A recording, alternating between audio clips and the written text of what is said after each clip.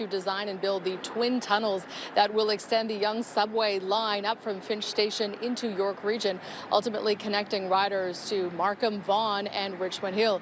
It is an 8-kilometer subway extension that will include about 8 stations along the way. This is, of course, many years away still from being ready to ride. The Ontario line must be complete ahead of that as a relief route so as not to overload the Yonge line.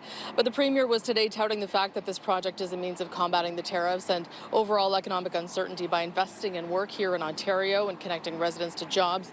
Here's more from Doug Ford this morning. Folks, this is a major milestone in our plan to protect Ontario by investing in transit to reduce gridlock, support economic growth, and keep Ontario workers on the job.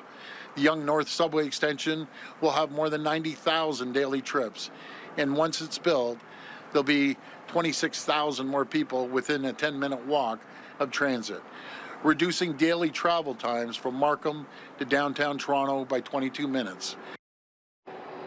And so no date is being quoted just yet as far as when that Yonge-North subway extension might be ready to ride. But certainly the question on the minds of a lot of transit riders has to do with the much more tangible date on the opening of the Eglinton LRT. The head of Metrolinx was asked this morning where that stands, whether a September opening for that line is still realistic. Here's what he had to say about the trials that are operating right now on the Eglinton LRT.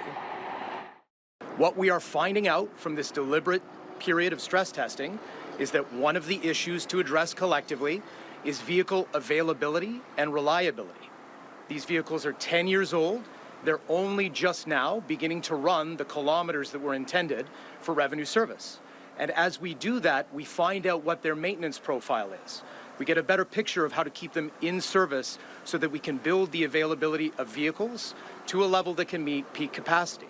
We're hoping that we're a few weeks away from being able to say that we've got that kind of availability and reliability.